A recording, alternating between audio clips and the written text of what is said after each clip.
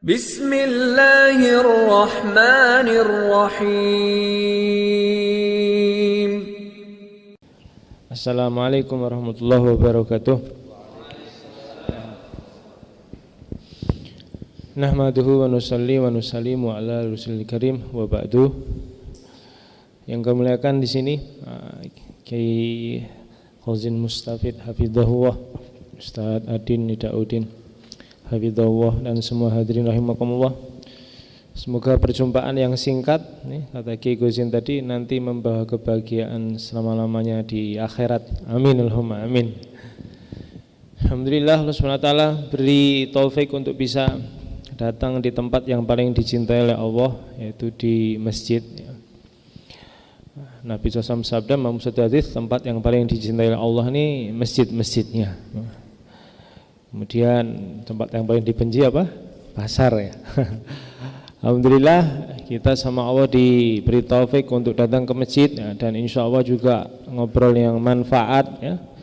Karena memang majelis ini diperintah oleh baginda Rasulullah SAW ya, supaya iman kita senantiasa segar ya.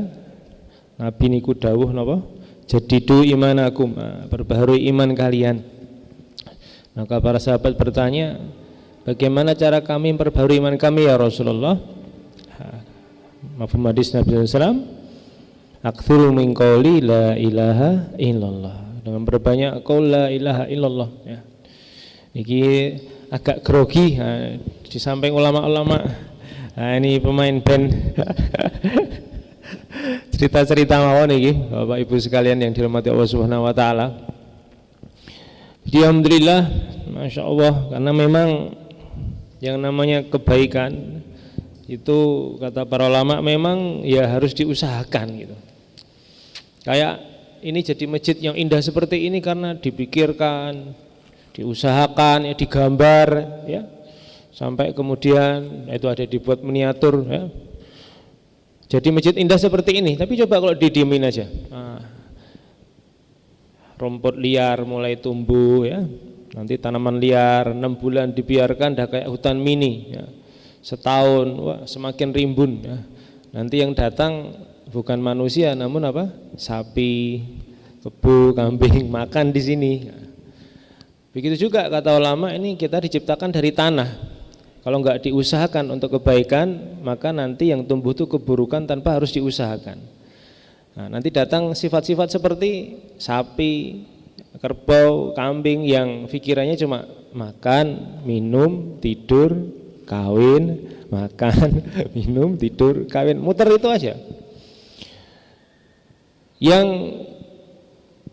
kita usahakan ya hati ini ya. Nah, hati ini diusahakan bagaimana supaya menjadi hati yang diridhai Allah Subhanahu wa taala. Ya.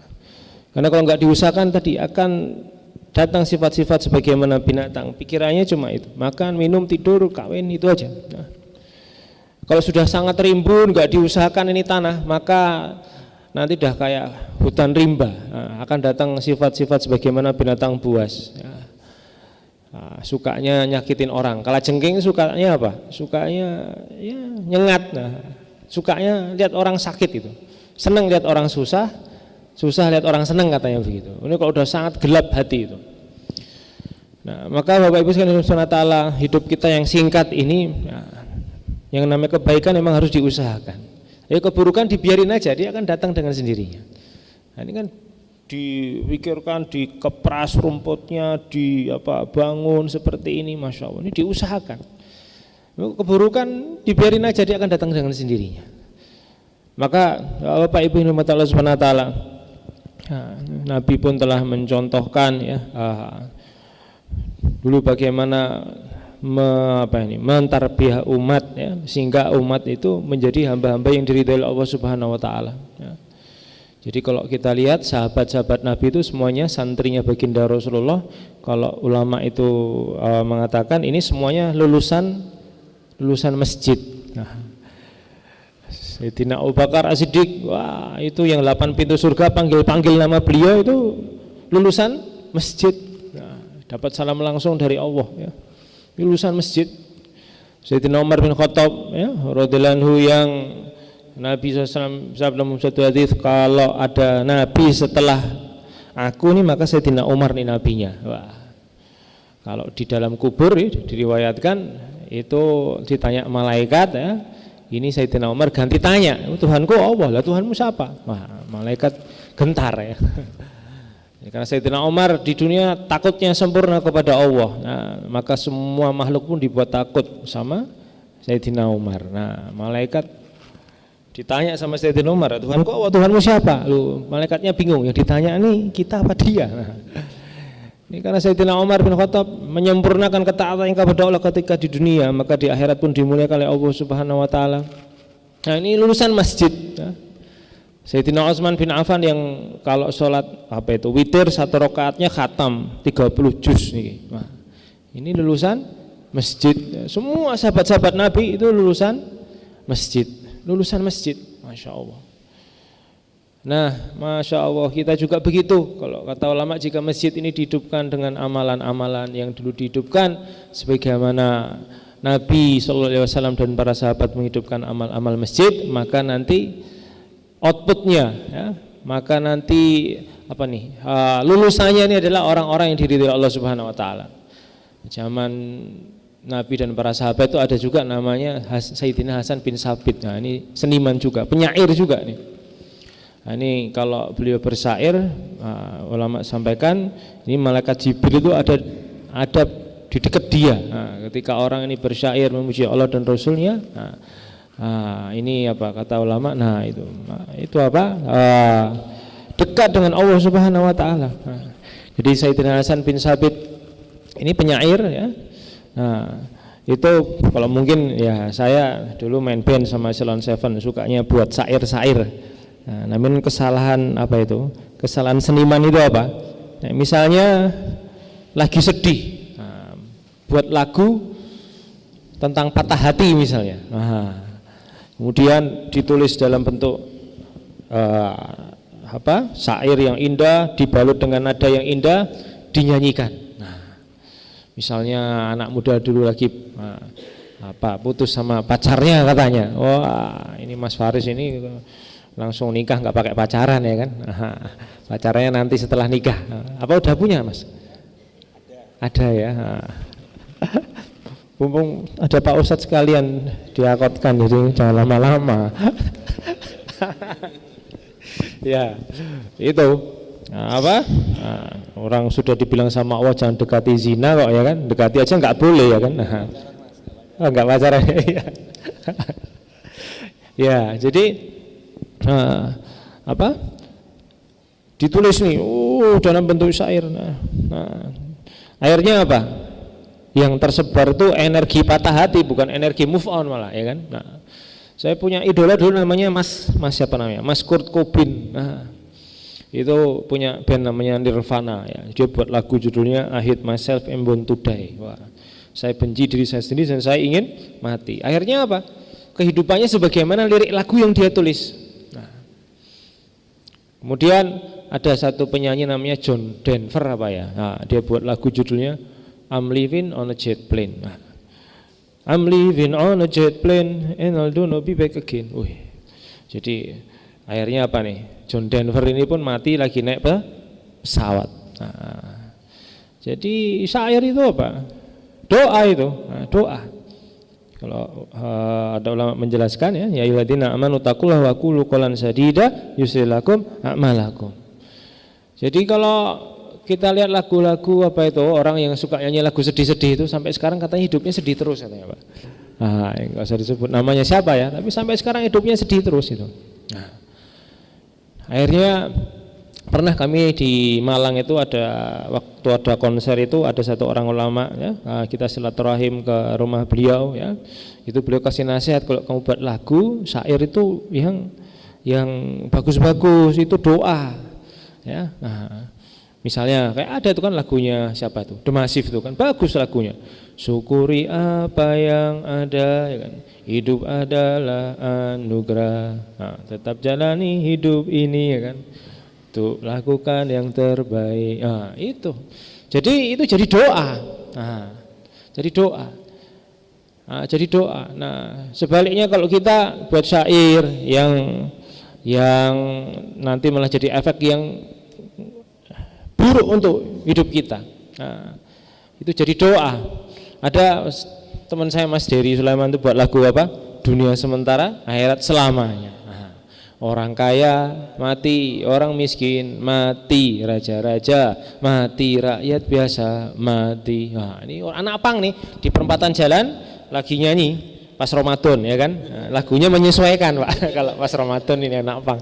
Wah, lagu religi. Nah, waktu di perempatan nyanyi itu salawatan, nyanyi itu ya kan. Kemudian pas lampu merah lampu hijau dia senderan di dekat lampu itu akhirnya dia mikir, wah orang apang mati juga ya kan. Akhirnya apa? Dia mulai memperbaiki diri. Nah, jadi syair itu doa.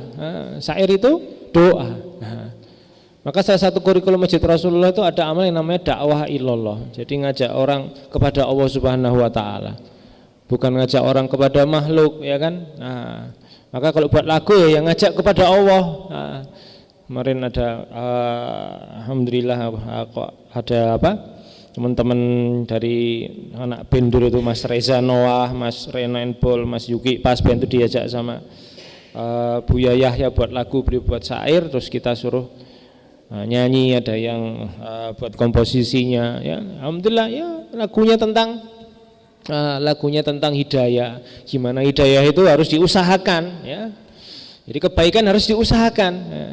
Dan Allah enggak akan merubah nasib seseorang sebelum orang itu merubah dirinya sendiri ya. Kebaikan harus diusahakan, keburukan enggak usah diusahakan, datang sendiri ya.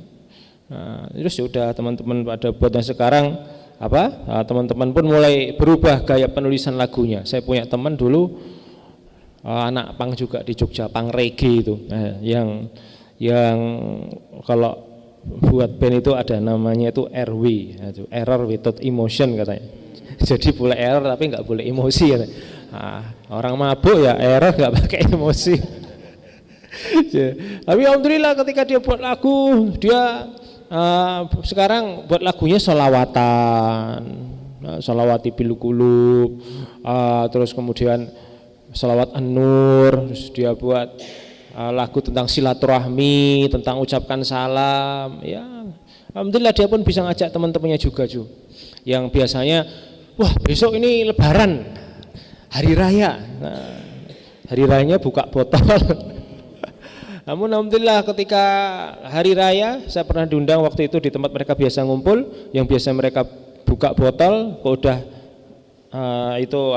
masuk ke UKS itu. Jadi dia punya UKS, jadi kalau sudah sampai mentok mabuknya muntah-muntah itu ditaruh di UKS-nya. Kemarin waktu undang itu di tempat mereka biasa ngumpul ada tarawih berjamaah dengan ditata bagus itu tikernya, banyak yang datang. Terus namanya seniman itu lampunya itu jadi botol-botol minuman air mineral gitu disigar dua terus dijadiin kuncup lampu itu.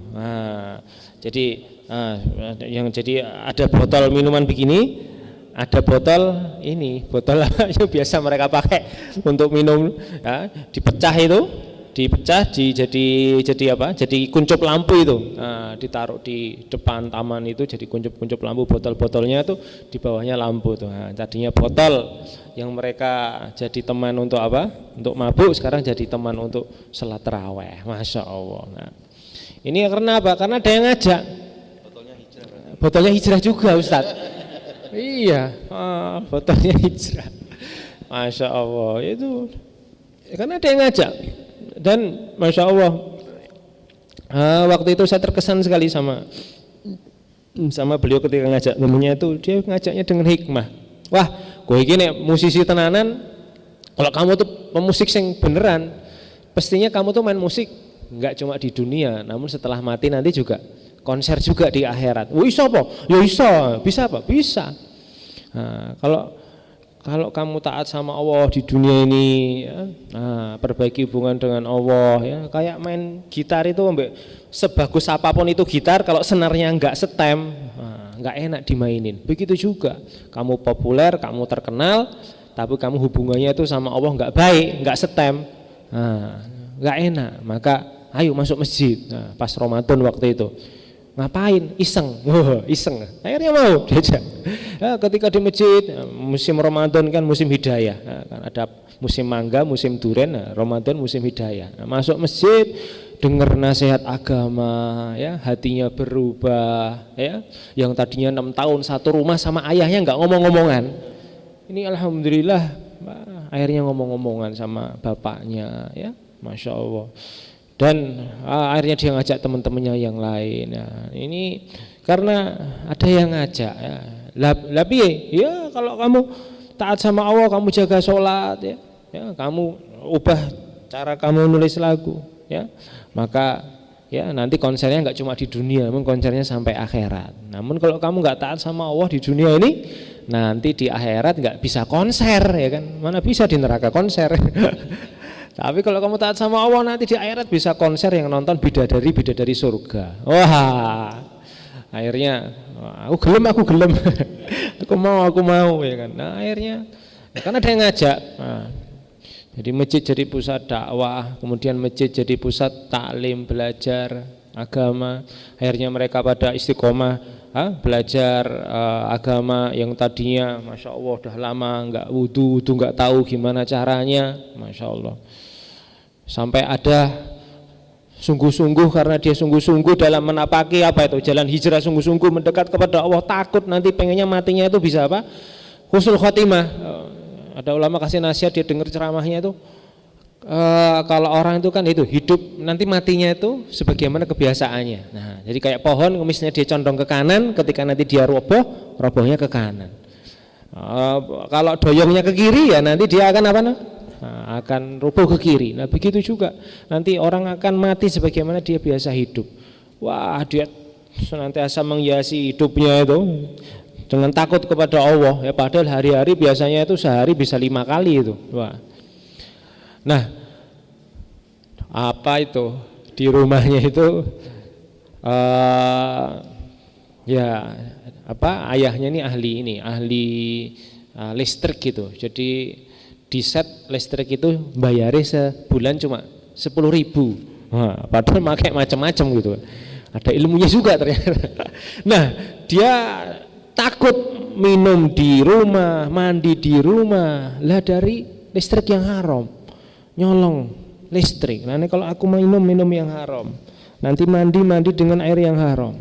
Akhirnya dia kalau mandi, kalau minum ke masjid. Nah, suatu hari hujan deras, masjid agak jauh dari rumahnya. Air hujan itu dia tadai pakai ember. Nah, pakai ember, kemudian ibunya tanya, ngopoin le? Kamu ngapain nih? Nadai banyu udan bu, menadai air hujan. Gue apa? Gue tombo bu, untuk apa? Untuk tobat katanya. Dia butuh untuk minum, untuk kalau dia istinja juga untuk mandi, untuk cebok segala macam. Kemudian itu Allah pandang susah payahnya dia dan menjaga takwanya sama Allah. Besoknya itu ayahnya itu ini apa? Naik ke atas genteng, terus diset lagi jadi normal lah. Akhirnya baru dia mau makan, minum, mandi di rumahnya. Dan kemudian ayahnya pun wafat dan keadaan husnul khotimah, kakaknya pun jadi tobat, ya, masya Allah. Sebab dia banyak orang-orang kembali kepada Allah Subhanahu Wa Taala. Ini masya Allah ini ya karena apa? Dekat-dekat dengan masjid, masya Allah sekarang. Wah, lihat anak muda kayak Mas Faris ini kok dekat sama masjid. Wih, udah jarang ini, barang langka ini, masya Allah. Doanya makbul ini. Masya Allah. Dan masjid jadi pusat zikir dan ibadah, ya, yang tadinya ya mereka nongkrong semalam suntuk. Nah sekarang mereka belajar zikiran semalam suntuk, ya, istighfarnya ribuan, salawatannya ribuan. Kemarin saya ada kawan, dia itu ngajak komunitas anak-anak Apang itu, ya, itu dikasih apa itu amalan, kamu sehari istighfarnya 2000, salawatnya 2000, ya diamalin Dan alhamdulillah ya, yang biasanya di perempatan jalan, yang biasanya mabuk-mabukan, ini alhamdulillah punya usaha ya.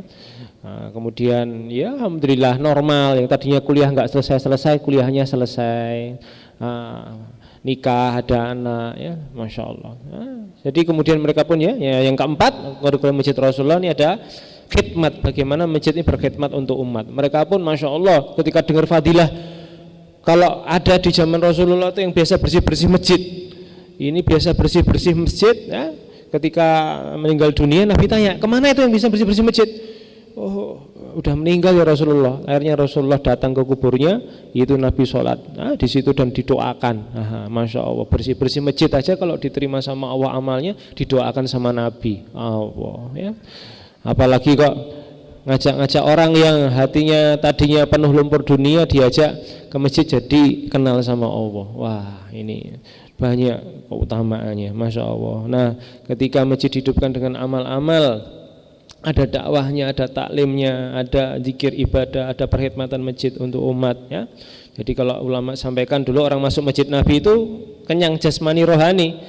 Kurma ditaruh di tiang-tiang masjid ya. Nah, jadi orang masuk masjid Nabi itu kenyangnya jasmani, kenyang rohani ya. Kenyang rohani dapat apa? Nasihat-nasihat dari agama dari baginda Rasulullah SAW. Nah, akhirnya apa? Para sahabat ya, yang macam-macam backgroundnya, ada yang seniman, ada yang pedagang ya, macam-macam. Mereka apa? Ditarbiyah oleh Nabi dengan amal-amal masjid itu. Akhirnya hatinya pun berubah. Hatinya pun berubah. Kata ulama sekarang ini zaman fitnah. Ini zaman fitnah. Ibaratnya banjir maksiat udah di mana-mana. Maka orang yang rapat dengan amal-amal masjid ini akan selamat dari fitnah. Sebagaimana dulu zaman Nabi Nuh, yang masuk kapalnya Nabi Nuh ini akan selamat. Kalau enggak masuk kapalnya Nabi Nuh, dia akan kena banjir. Nah, begitu juga banjir maksiat sudah di mana-mana. Yang rapat sama masjid, maka nanti pun Allah akan jaga dari fitnah-fitnah. Nah, semoga kita termasuk hamba Allah dijaga sama Allah Ta'ala dari fitnah-fitnah dunia pun nanti fitnah di akhirat. Walafu minkum, yang demikian mungkin singkat yang bisa kami sampaikan ya. Semoga kita semua dapat barokahnya, masya Allah, duduk dengan pewaris para nabi ini kan. Ulama ini pewaris para nabi, Bapak Ibu sekalian. Maka dekat-dekat kepada ulama, tanya kepada ulama masalah dunia, masalah akhirat, tanya ya. Kalau enggak tanya ini, apalagi anak-anak muda sekarang gampang banget akses agama coba lewat Google. Katanya sholat istiqoroh untuk milih jodoh ya kan. Nah, udah istiqoroh. Ustadz saya waktu saya ikut kajian itu cerita, jadi waktu itu istiqoroh dia. Nah, kemudian dalam mimpi, calonnya itu bantuin dia wudhu. Wah, ini, wah ini jodohku, wes pokoknya jodohku. Nah, nggak tanya sama ulama, cuma tanya sama Mbah Google.